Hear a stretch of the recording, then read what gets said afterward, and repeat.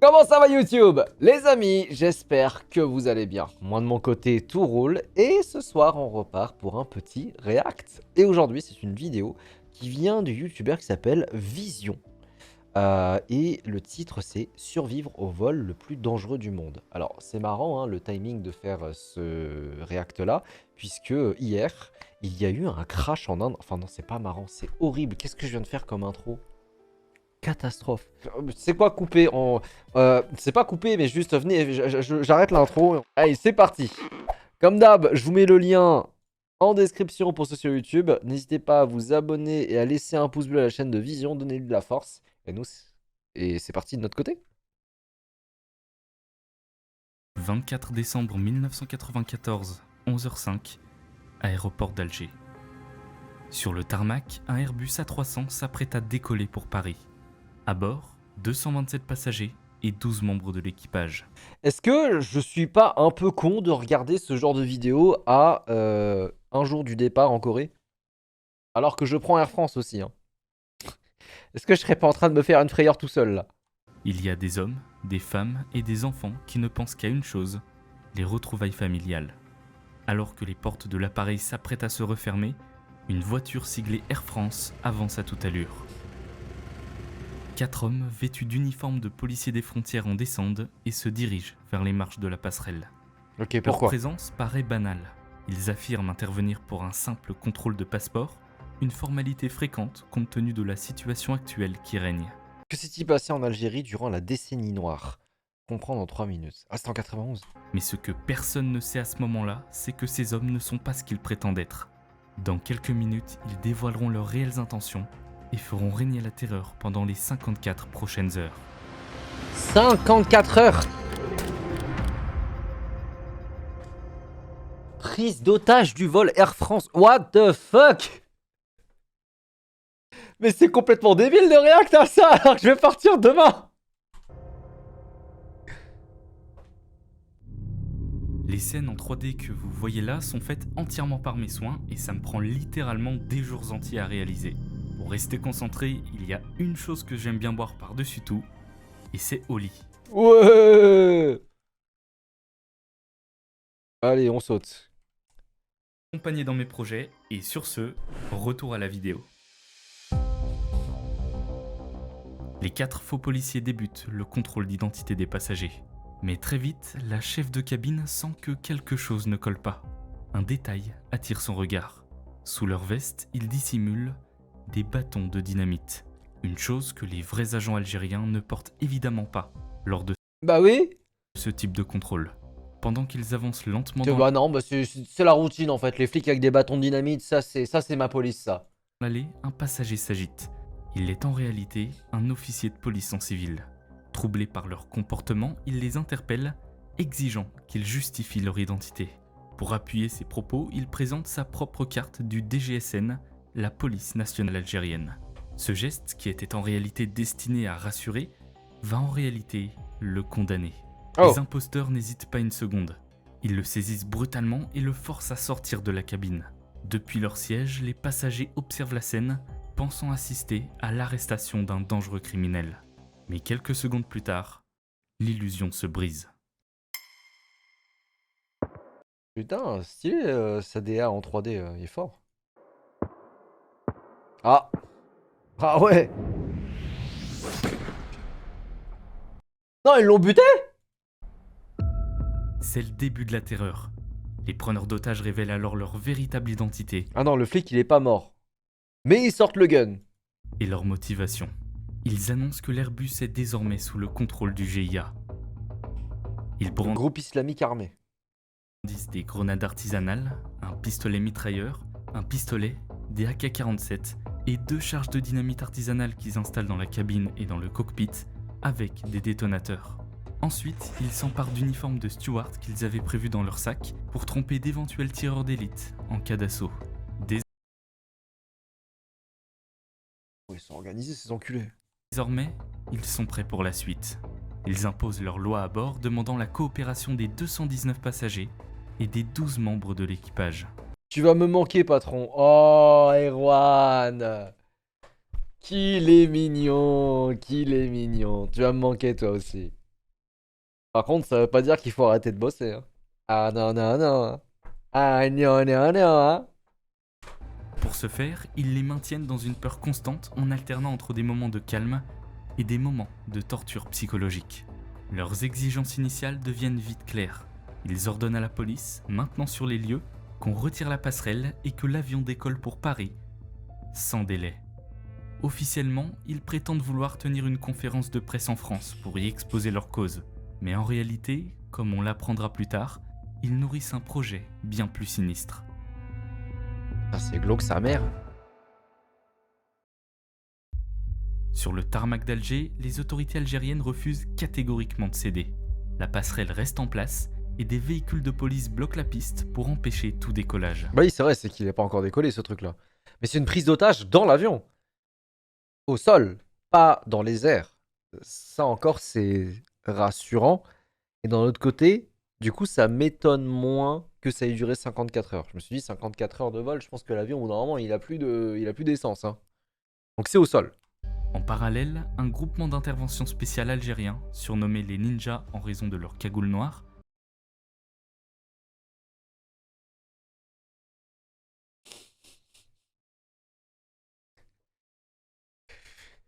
Parce que c'est mon Indo. est déployé tout autour de l'appareil. Le général Mohamed Medienne, chef des renseignements, envisage déjà un assaut commando algérien si l'opportunité se présente. Face au blocage, les assaillants menacent de faire sauter l'avion si leurs ordres ne sont pas respectés. En guise d'avertissement supplémentaire, ils saisissent un autre passager. Lui reste étonnamment calme. Il ne supplie pas, ne résiste pas. Peut-être pense-t-il qu'en gardant son sang-froid, il gagnera leur respect. Peut-être croit-il qu'il sera simplement interrogé puis relâché. Malheureusement, il subit le même sort que le policier algérien. Ah non, en fait, le policier s'est fait tirer. Ah ouais, on a la réponse, hein. Et donc lui aussi. Putain de merde. Le sang a coulé 2 fois en se réveillant de Noël, et aucun ravitaillement, ni décollage, n'a encore eu lieu.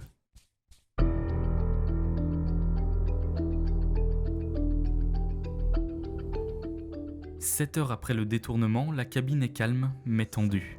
Les pilotes tentent de désamorcer la situation en parlant aux pirates de l'air Mais toi, tu veux te faire tirer dessus, toi aussi, il va pas bien. et en essayant de gagner leur confiance. Cette stratégie n'est pas anodine. Lors d'un détournement, le rôle des pilotes est de garder les passagers calmes, de gagner du temps, de trouver des détails sur les assaillants.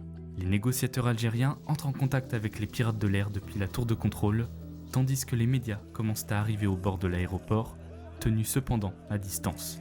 Ouais, j'espère bien, les médias, ils vont juste empirer les choses, en fait.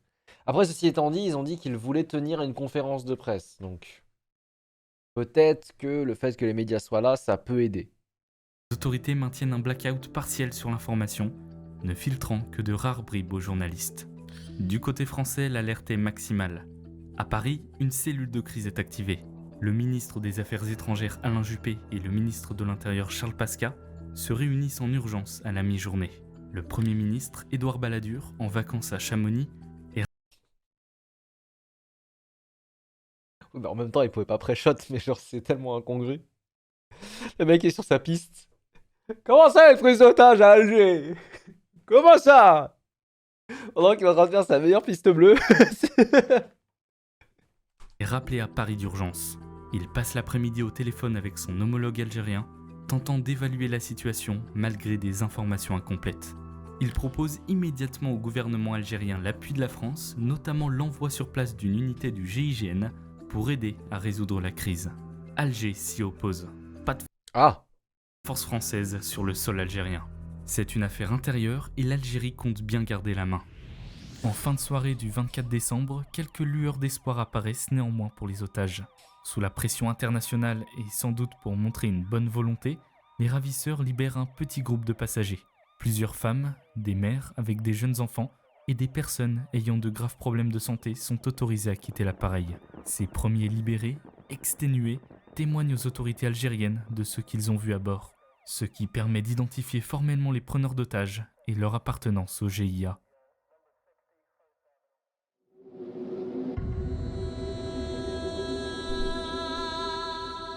Le jour de Noël s'ouvre sur l'Airbus toujours immobilisé à Alger, avec encore plus de 170 otages à bord. Au petit matin, le calme tout relatif de la nuit est rompu par de nouvelles tensions. Les autorités algériennes, qui ont identifié pendant la nuit le chef du groupe grâce à des caméras à vision nocturne, tentent un coup psychologique. Elles font venir sa propre mère à l'aéroport pour qu'elle persuade son fils de renoncer.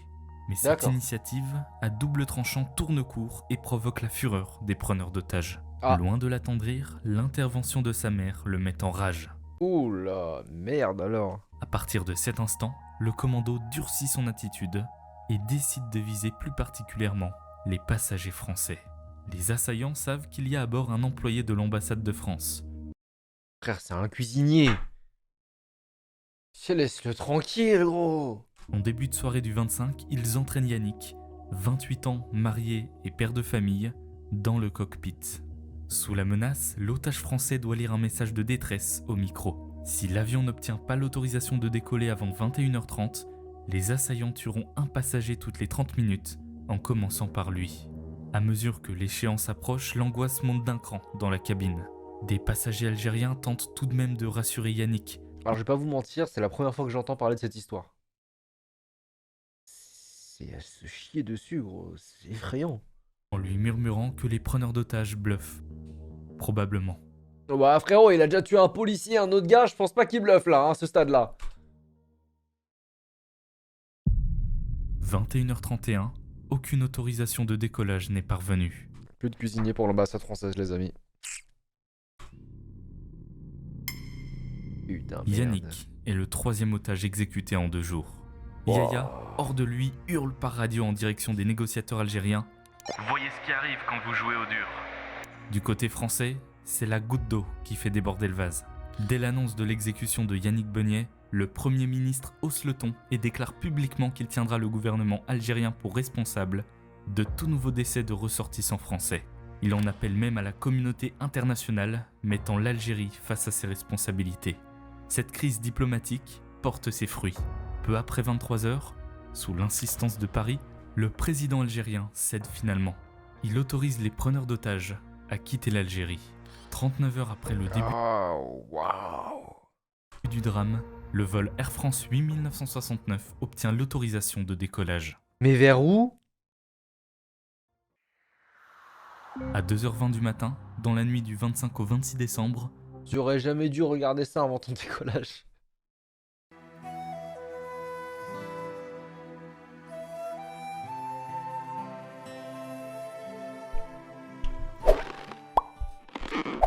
Aïe aïe aïe. Aïe aïe aïe aïe aïe. La proposition bancale. Eh, Xander, qu'est-ce que c'est que ça? Attraper sa veste à mon responsable Twitch. Pourquoi il me propose ça juste avant mon départ? l'A300 s'arrache enfin du sol algérien. À première vue, cela semble être une bonne nouvelle pour les otages. Mais en réalité, le pire comme le meilleur reste à venir. Ok, donc là c'est direction Paris? Le gouvernement français a convenu d'accueillir l'appareil sur un aéroport de province pour éviter qu'il ne gagne Paris. Le choix se porte sur Marseille-Marignane, dans le sud de la France. D'accord. Mais il n'est pas question de laisser l'Airbus repartir ensuite. En secret, une unité du GIGN a déjà été prépositionnée sur la base militaire d'Istres, près de Marseille, dès la veille. D'accord.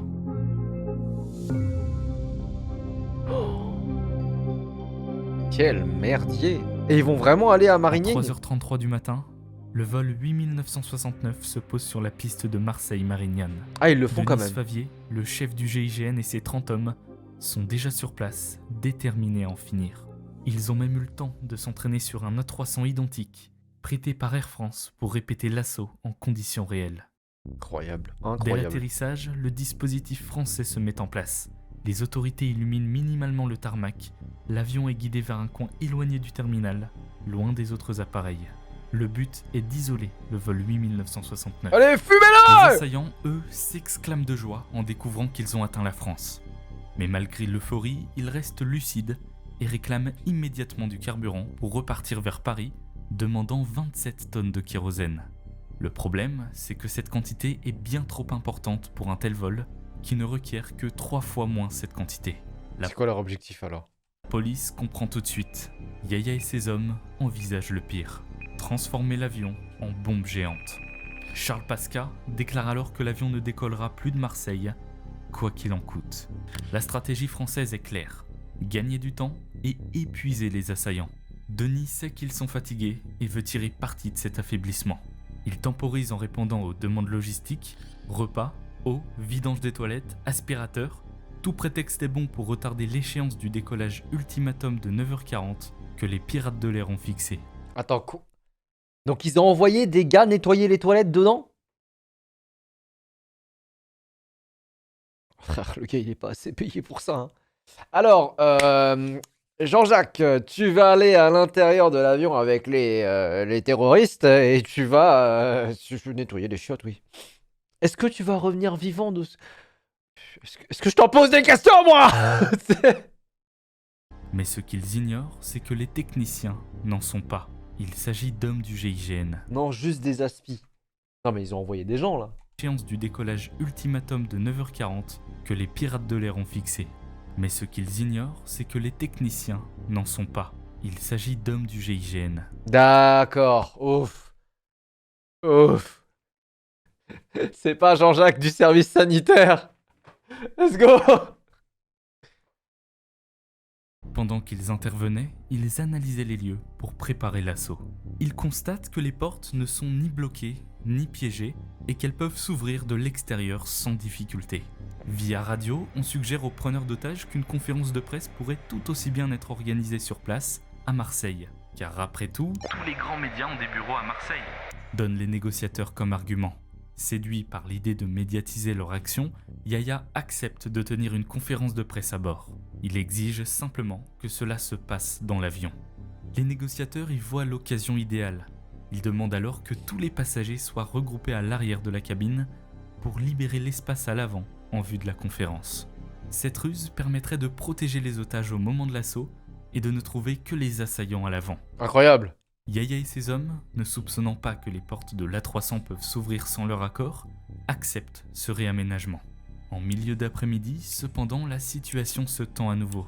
Les journalistes tardent à arriver, ce qui éveille les soupçons des ravisseurs. Yahya s'impatiente de ne voir personne se présenter pour la conférence de presse. Il comprend que quelque chose se trame. Oh, ça casse les couilles, gros, c'est pas possible. Furieux, il ordonne au pilote de déplacer l'appareil et de le rapprocher de la tour de contrôle. Delem, obéissant sous la contrainte, roule l'Airbus jusqu'au pied de la tour, non loin du terminal et d'autres avions stationnés. Ce mouvement imprévu crée une situation critique pour les forces françaises. L'avion n'est plus dans la zone isolée prévue au plan d'assaut. S'il explose maintenant, près de l'aérogare, le nombre de victimes serait démultiplié. Denis Favier doit alors recomposer tout son dispositif en urgence. Les tireurs d'élite sont repositionnés sur les toits pour retrouver une ligne de mire sur le cockpit. 3 escaliers roulants d'embarquement sont rapidement acheminés pour permettre aux colonnes d'assaut d'accéder rapidement aux portes de l'avion. Mais ils vont pas être cramés d'aussi loin? Favier réorganise ses 30 hommes en 3 équipes. 2 groupes de 11 gendarmes prendront l'assaut simultanément les portes arrière gauche et arrière droite, tandis qu'un groupe de 8 montera par l'avant droit. Il a géré sur la 3D, ouais, t'as bien raison. Franchement, c'est beau. L'objectif est clair. Là, c'est de la 2D, mais oui, même les trucs 3D auparavant. Neutraliser Yahya dans le cockpit en l'isolant du reste et submerger les autres assaillants dans la cabine. Mais en fait, qu'est-ce qu'il veut dire, lui? Avec sa conférence À de presse 17h, l'impasse est totale. Aucune goutte de carburant n'a été livrée aux preneurs d'otages et ceux-ci comprennent qu'on les mène en bateau. Yahya, dans un dernier accès de rage, pénètre dans la cabine pour choisir une nouvelle victime à exécuter en représailles. Merde. Il désigne le plus jeune membre de l'équipage. Le chef assaillant semble toutefois hésiter, répétant fébrilement « Je ne peux pas faire ça, mais je dois le faire ». Brusquement, Yahya renonce à l'exécution et opte pour un autre signal de colère. Il ordonne l'ouverture de la porte avant gauche et tire une rafale vers l'extérieur pour intimider les forces françaises.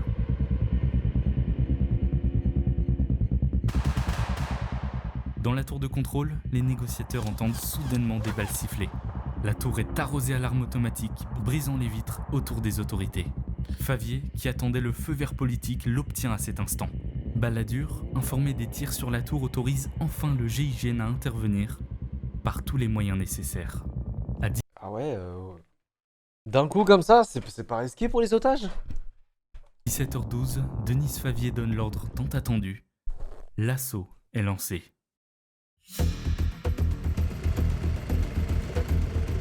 Oh putain, il y a Trois des passerelles images. mobiles surgissent simultanément du bout du tarmac et viennent s'aligner contre l'avion. Une sur la porte arrière gauche, une sur la porte arrière droite, et la dernière sur la porte avant droite. Et ils ont pas réagi les 4? En quelques secondes, cette dernière est ouverte. Mais cette vidéo est giga connue, ça vient de là. Le GIGN, ils sont trop chauds, de ce que j'ai compris, ils ont 100% de taux de réussite sur leurs interventions. En même temps, ils sont rarement appelés, mais à chaque fois qu'ils sont appelés, ils sont... Bah, ils réussissent. Thierry Prugnot, le premier homme, entre et tombe sur les 4 assaillants qui s'étaient retranchés dans le cockpit, accompagnés de 3 membres de l'équipage. Surprise, tout le monde est habillé en personnel de bord, Oh, les enculés. Ouais, mais attends, mais ils ont des flingues. Donc on peut savoir. semant la confusion dans l'esprit de l'agent. L'avenir des otages est entre les mains de ce dernier. Donc j'en vois un premier que je neutralise, le deuxième que je vois au dernier moment, et le troisième qui est juste derrière, qui est en chemise blanche, lui aussi. Et au moment où je le tire, le quatrième que j'ai pas vu, qui était caché sous la table du mécanicien navigateur, qui avait la calache, le chef, Mohamed Yahya, là il me tire dessus. Bon, au moins, il est là encore pour le raconter, donc ça s'est bien passé pour lui. La première, je pense que je l'ai prise dans l'épaule, parce que c'est celle-là qui m'a sonné. Et après, j'ai été touché 1, 2, 3, 4, 2 fois dans mon gilet pare-balles, donc celle-là, voilà. Et la dernière dans ma joue. La première, je l'ai sentie, elle m'a fait très mal, et les autres, je les sentais plus après. Le corps, il se met en sécurité, avec l'endorphine, l'adrénaline, on sent plus rien. La 7e balle éjecte Prugnot, le dernier assaillant continuant de lui tirer dessus. En parallèle, c'est 15 longues secondes plus tard que les 2 autres équipes entrent par l'arrière. Mais tout à coup,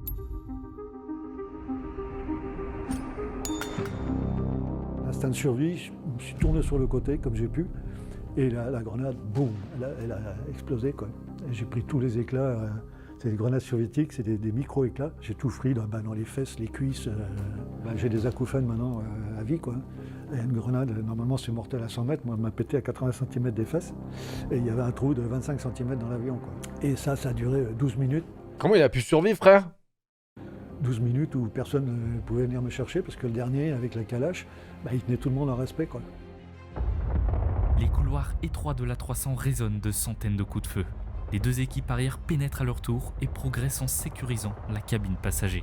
Ils lancent des grenades assourdissantes pour gêner le dernier en vie, emplissant par la même occasion l'appareil de fumée.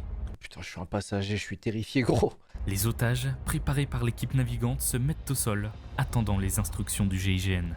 Au cockpit, la confrontation est tout aussi acharnée.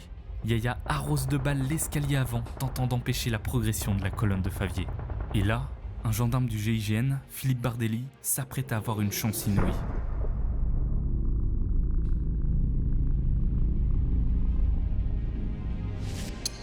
Mais non! La balle dans l'axe de son canon. C'est un truc extraordinaire, quoi. Un truc qui peut pas arriver 2 fois. Donc il se casse la figure, il descend, il emmène tout le monde avec lui. Là, il prend son manurin, sa 2e arme, et il remonte. Mais il n'a jamais pu rentrer dans l'avion, il est resté dehors jusqu'à la fin, quoi. On est dans un film, gros. Le copilote, qui est réfugié dans le cockpit, décide de s'échapper par un hublot latéral. Il se glisse hors de l'appareil et chute de 5 mètres, se fracturant le coude et la cuisse sur le béton. Cet acte libère la ligne de tir des snipers postés à l'extérieur, qui peuvent enfin viser à l'intérieur du cockpit. Incroyable! Finalement, le dernier preneur d'otages blessé et à court de munitions s'effondre sous les balles à son tour. Presque simultanément, à l'arrière de l'appareil, les gendarmes demandent à tout le monde de sortir. Les otages encore au sol comprennent alors que c'est le signal de la délivrance. Certains gendarmes, ne sachant pas immédiatement si tous les assaillants sont neutralisés, traitent chaque homme vigoureusement évacué comme suspect potentiel. À 17h29, Denise Favier confirme par radio. Terminé pour nous. L'assaut final aura duré environ un quart d'heure, concluant 54 heures de prise d'otage. C'est impressionnant. Bonsoir à tous. Après 54 heures d'angoisse, les 170 otages de l'Airbus d'Air France ont donc été délivrés cet après-midi sur l'aéroport de Marseille. Un assaut des gendarmes du GIGN quasiment parfait. Le bilan humain direct de l'assaut de Marignane est miraculeux au vu des circonstances. Aucun otage supplémentaire n'a perdu la vie pendant l'assaut, les 173 otages restants sont sains et saufs. Seuls 13 passagers et 3 membres de l'équipage ont été légèrement blessés. En revanche, les 4 assaillants sont tous morts. Du côté du GIGN, on dénombre 9 gendarmes blessés, dont un grièvement, Thierry Preugnot, qui sera emmené d'urgence à l'hôpital. Le copilote est le blessé le plus sérieux parmi les otages, en raison de sa chute lors de sa fuite. Le commandant Bon, 2 fractures, il s'en tire bien. d'Elem a été touché par 2 balles en plein échange de tirs, mais a été protégé du pire par les cadavres de 2 assaillants qui ont fait rempart devant lui. Il est 17h35 quand Denis Favier annonce officiellement en salle de crise que la mission est accomplie et que tous les assaillants ont été neutralisés. C'est des héros, hein.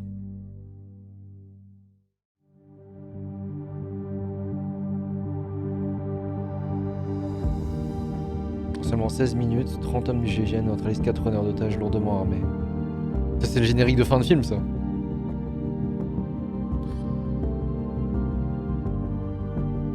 Ils sont reçus à l'Élysée. Le professeur François Mitterrand, le Premier ministre Édouard Balladur et le ministre Charles Pasqua leur rendent hommage devant la nation.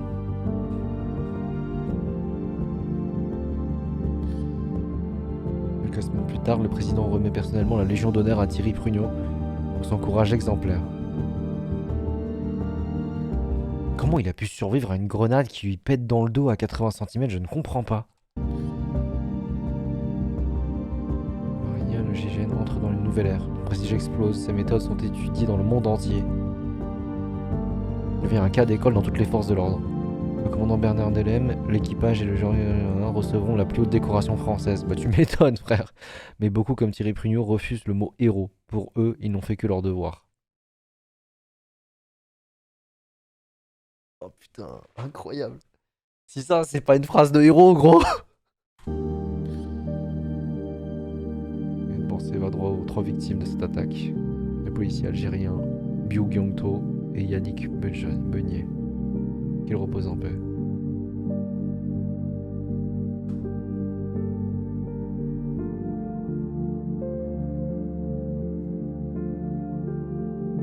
C'est incroyable. Putain, c'était incroyable, les amis. Tu vois, j'étais pas au courant de cette histoire. J'avais en tête cette vidéo de l'intervention du GIGN parce que j'ai déjà vu des best-of GIGN en mode 100% de taux de réussite. Tu sais, les gars qui disent ouais, GIGN incroyable. Et j'avais cette vidéo en tête, mais je savais pas que ça venait de cette délivrance d'otages-là. C'est impressionnant. Et puis c'est aussi terrifiant. C'est terrifiant pour quand tu te mets dans la peau des otages. Quel merdier, quoi.